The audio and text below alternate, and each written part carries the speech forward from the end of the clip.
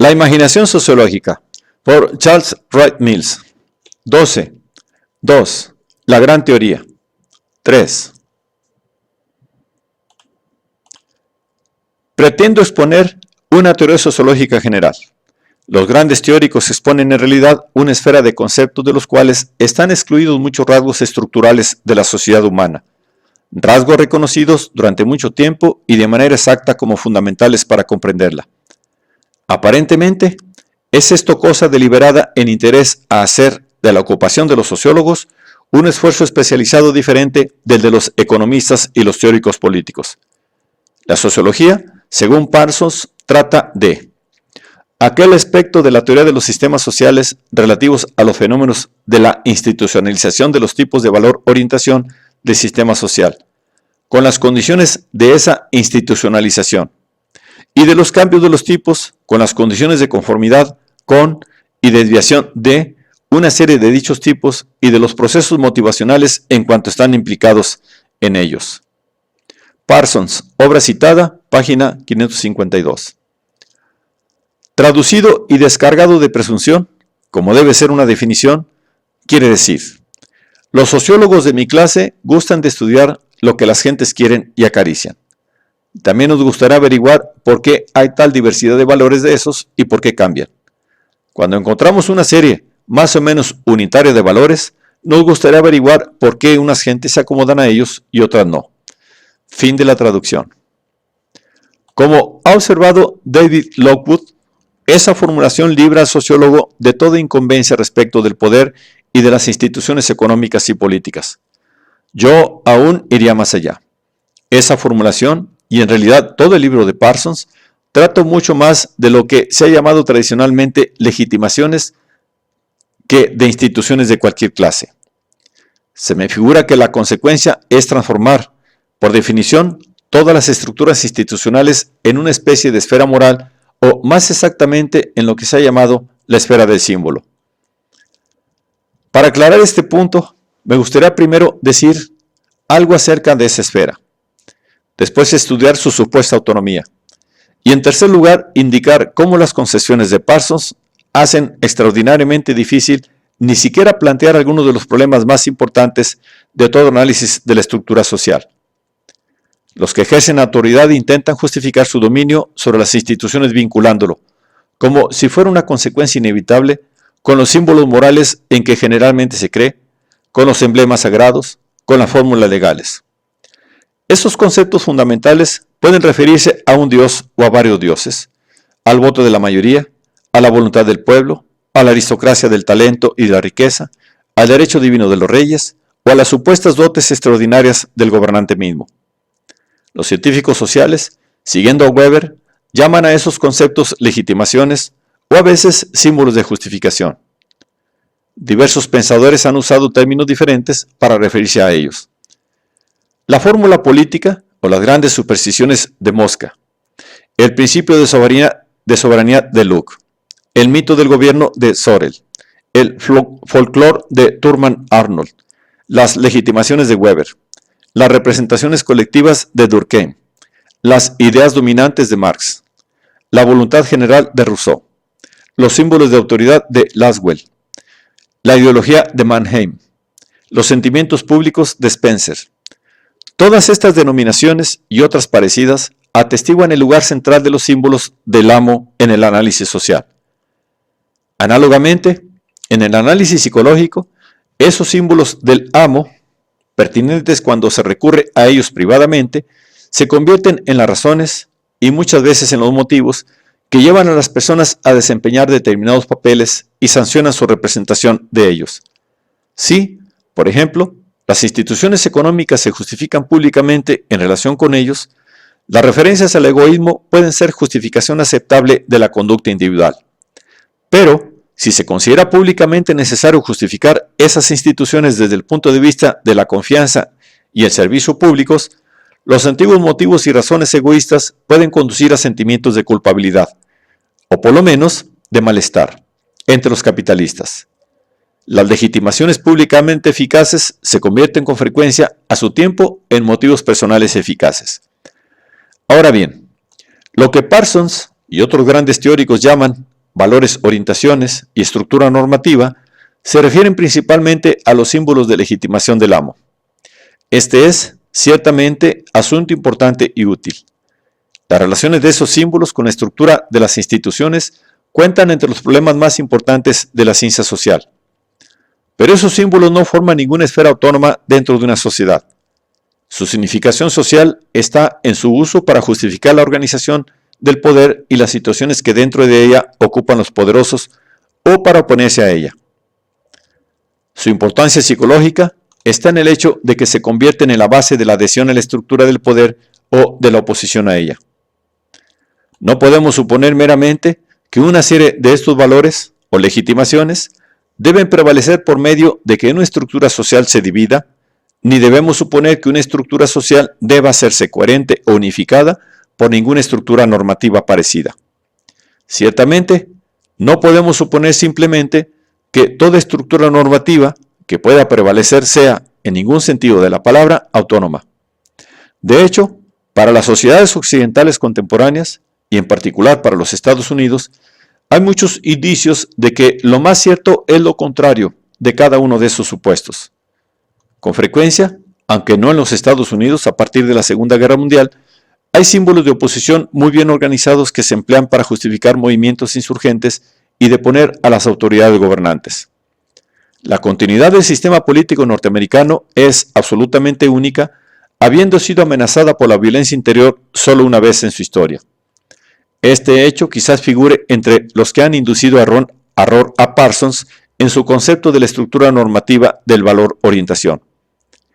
Los gobiernos no tienen necesariamente, como decía Emerson, su origen en la identidad moral de los hombres. Creer eso es confundir sus legitimaciones con sus causas.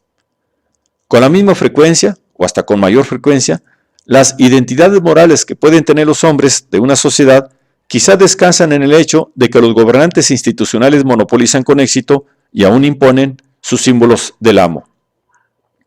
Hace unos 100 años, este tema fue fructíferamente estudiado en relación con los supuestos de quienes creen que las esferas del símbolo son autónomas y que sus valores pueden en verdad dominar la historia. Los símbolos que justifican una autoridad son independientes de las personas reales o de los sectores que la ejercen. Entonces se cree que las ideas, no los sectores, ni las personas que las usan son las que gobiernan. A fin de prestar continuidad a la sucesión de esos símbolos, se los presenta como relacionados en cierto modo el uno con el otro. Así, los símbolos parecen autodeterminantes. Para hacer más plausible esta curiosa noción, con frecuencia se personalizan los símbolos y se les supone conscientes de sí mismos. Entonces, se les puede concebir como los conceptos de la historia o como una serie de filósofos cuyo pensamiento determina la dinámica institucional. O podemos añadir, puede convertirse en un fetiche el concepto del orden normativo. Desde luego, yo acabo de parafrasear a Marx y Engels cuando hablan de Hegel. A menos que justifiquen las instituciones y muevan a las personas a representar papeles institucionales, los valores de una sociedad, aunque sean muy importantes en diversos medios privados, histórica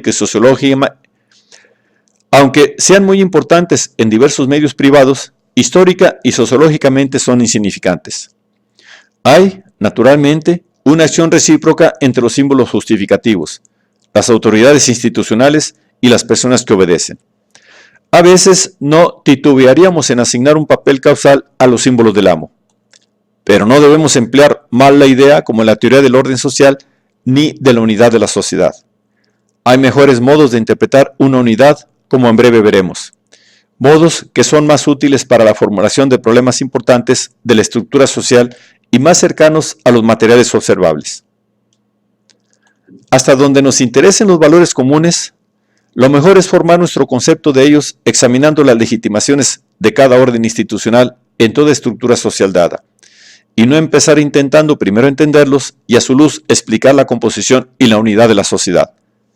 Podemos hablar, supongo yo, de valores comunes cuando una gran proporción de los individuos de un orden institucional aceptan esas legitimaciones del orden, cuando tales legitimaciones son las condiciones con que se exige, con buen éxito, obediencia o por lo menos se obtiene la anuencia.